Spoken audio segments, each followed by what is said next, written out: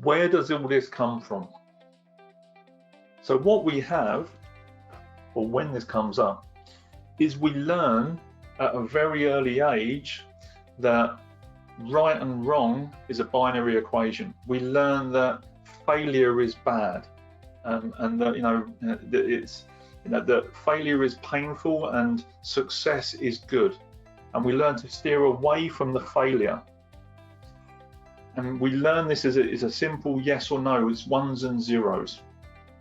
Primarily where we learn this though is in early life, is where we learn these first two fears. Is around the age of kind of 2, 3, 4 years old, we start to learn these fears. It's taught to us by our parents and our grandparents.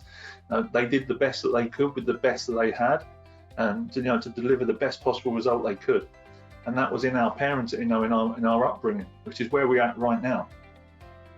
When we start to understand these behaviors and where these fears come from, we can start to unpick them. When we then go to school, who here, and I may have mentioned this before, I'm going to ask you guys here, who here remembers spelling tests at school? Yes or no? Who did spelling tests when they were at school?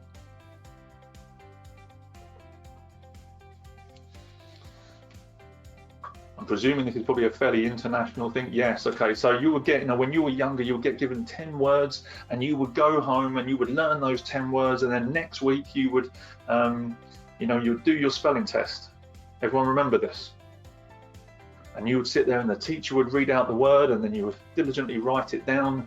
You get to the end of the words and hope that you've done all your revision, and you'd learned these words by heart and how to spell them. And then you get to school and you write them down, and then you pass them to the person to the left. Correct me if I'm wrong. Everyone with me on this. You've written your 10 words down, and you pass them to the person to the left, and you have to tick or cross them. And you're doing this for the person to your right, and the person to your left is doing this for you. And then what happens? You get a series of ticks and crosses. And then the teacher calls up celebrates. Who got 10 out of 10? Everyone's like, yeah, I got 10 out of 10. And maybe you didn't. Maybe you got 6 out of 10. Maybe you got 5 out of 10. And what are the sort of things? Did you remember what the person to your left or to your right, whoever you gave your spelling test, do you remember what they used to call you when your so-called friends would call you when you didn't get the highest score, or you got the lowest score for whatever reason? And you don't have to write them in the chat box or the question box. Your so-called friends, because we don't know any better, they're calling you thick, or they're calling you stupid. So you start to learn this behavior, that, okay, the people that get 10 out of 10, they get celebrated, but the people over here that don't, that doesn't feel good. And what we do is we experience insults, and we start to learn that right and wrong is that binary equation. We start to learn, like I say, that that failure comes with a price of pain. It doesn't feel good, and success feels good and is celebrated. So we always have to be moving towards success. But the interesting dynamic of this is that failure isn't the opposite of success. Failure is the route to success. You cannot have one without the other. They're not opposite ends of some of a spectrum. They're a continuum. They're part of the same thing. Night and day aren't opposites. They're one thing. They're a natural flow of harmony of how nature works. Up and down, left and right, doesn't matter. One isn't the opposite of the other. The other is the counterbalance to make the other one work. You can't have one without the other. But at an early age, we learn that this failure is painful because it comes with insults or derogatory language or a negative feeling, or that you didn't work hard enough. So this fear of not enough. I'm not intelligent enough to pass my spelling test. No, I can't afford to fail this because my parents will think less of me. Anyone experience this? Yes or no? Anyone have some experiences of this in different ways? Or I can't get less than 10 out of 10 because so and so will think less of me. Yes or no? And it comes in different ways. The interesting thing is, as we get older, the words that we use, as I said to you before, become slightly more complex and nuanced because we think we're more complicated. But the truth is, most of us are just young children trapped in adult bodies, still living by these same excuses that we were making previously. So it's important we understand where this learning comes from and we can do something different.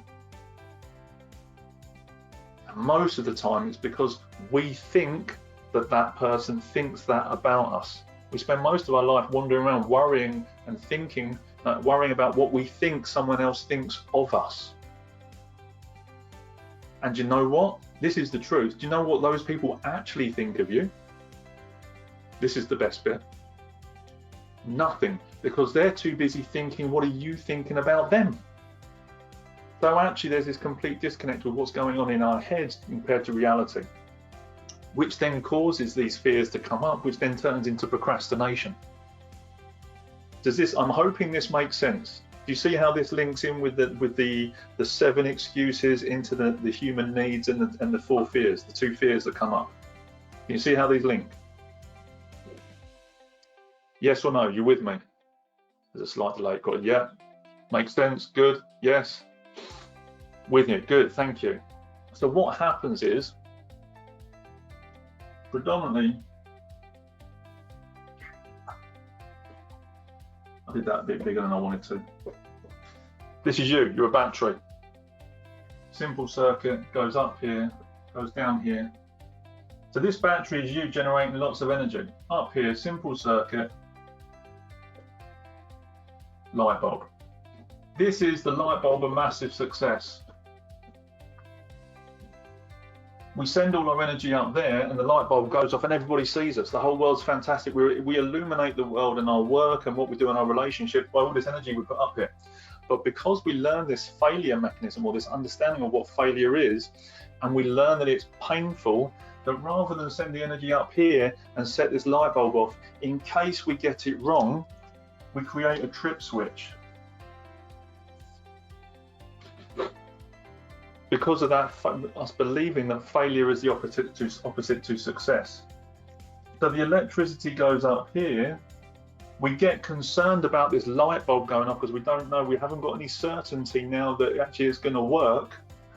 We trip the switch, the energy goes through here and goes back to the battery, and the light bulb never goes off.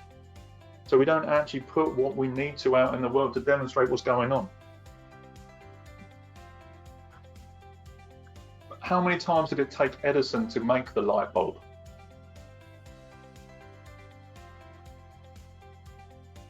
How many times did it take Edison? 1,000 plus. Some people say 1,000, some 10,000, thousands, hundreds, 600. Who knows? Who cares? If Edison at any one point had then suddenly said, "Oh, do you know what? This light bulb making is not for me," where would we be right now?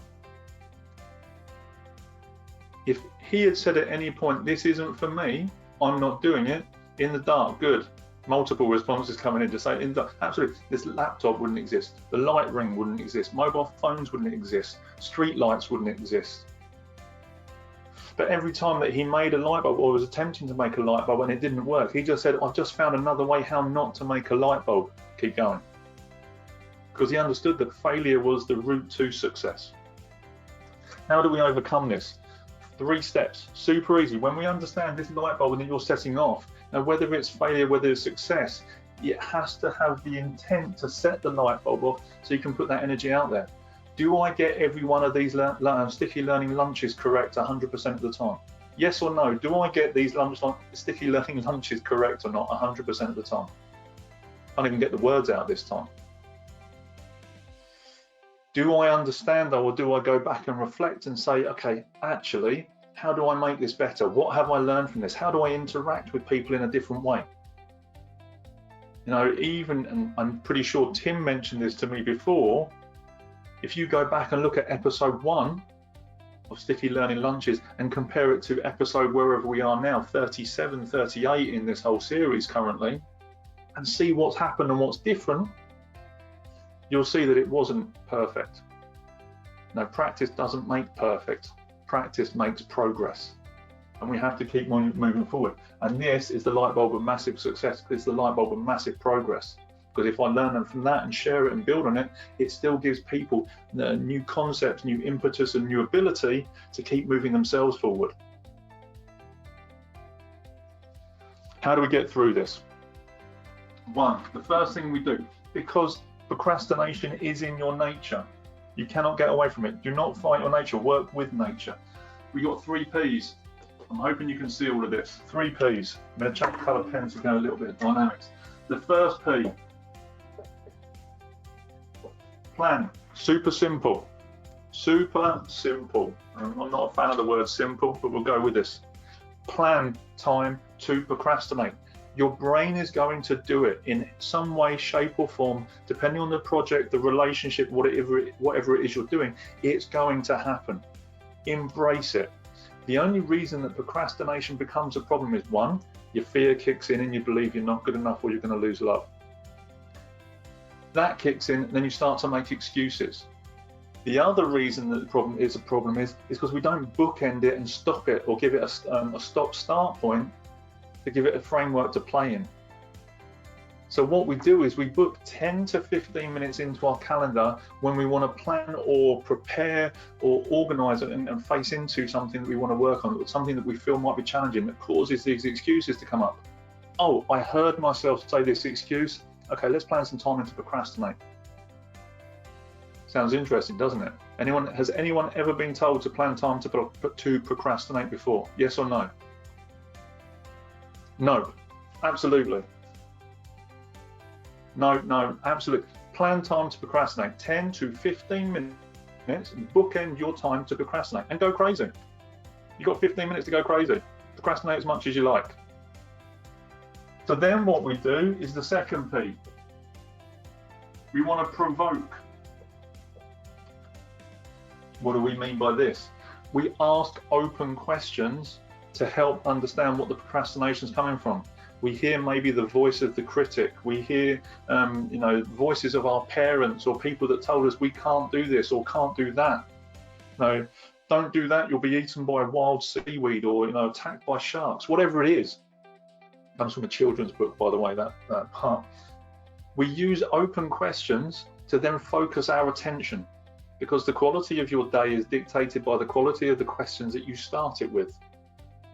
So when we use these questions to create that focus, we can either choose to make statements of I can't do that, or that's too difficult. Well, great, thanks for that, Mr. Voice of the or Mrs. Voice of the critic. What would you suggest I do? Based on the care and love and the fact that you want to help me stay safe and feel good, what would you suggest that I do to make this a success? What action could I do right now that's going to move me forward? What's the one smallest thing we can do right now to create the biggest impact? So by using these questions that I've used over the last couple of days, you can say, oh, actually, if I just do that, that makes that. So rather than making a statement of I am, which is one of the most definitive statements you can create about yourself, I am a failure. I am challenged. I am lacking in resources. You're making a definite statement about yourself and your capabilities. So in this, what we're saying is, rather than saying I am this, what can I do about this? What can I learn that's going to move this forward? What do I need to pay attention to? What things do I need to do to create some security in this? So I use the excuses that are coming up and I turn them into questions.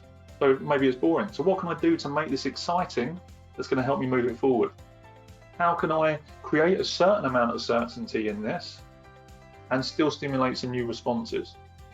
So we start to shift the questions and we use our coaching questions or open questions that are going to help us provoke some new responses.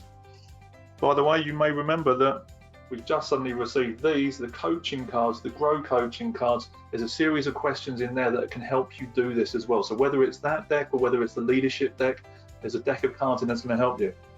There's a rather serious looking gentleman on the top of that pack there as well. Super happy with these, and I know these are landing on doormats now. We've had some challenges getting these out. They are on their way. If you haven't got your deck, in the chat box is the deck of coaching cards. Please get yourself a pack, £5, huge amounts of value that are going to help you do that. So we ask ourselves some serious open questions that are going to help us take action. Number 3 on here. The last P in this, as always with any of my models, is about taking action. progress. So we've taken 10 to 15 minutes to plan the time to actually procrastinate. We put it in our diary. We've asked some open coaching questions to ourselves to get some new ideas about what we can do and what we would like to do and how we want to move it, rather than just sitting in it. And then as a result of that, we take action. We progress the plan that we just put in place. I hope this is useful. I hope this makes sense to everyone. Conscious of time. What has been useful from today's session that's going to help you take even more action and create even more success in your life, work and at home? If you haven't already done so, now is the time to click subscribe and stay up to date with our new training videos and great interviews. And secondly, if you want to learn more about the skills we've been talking about in this episode, click the link and take a look at the MBM virtual classrooms. They're there to help you be the best version of you in the work that you do. Until next time, see you soon.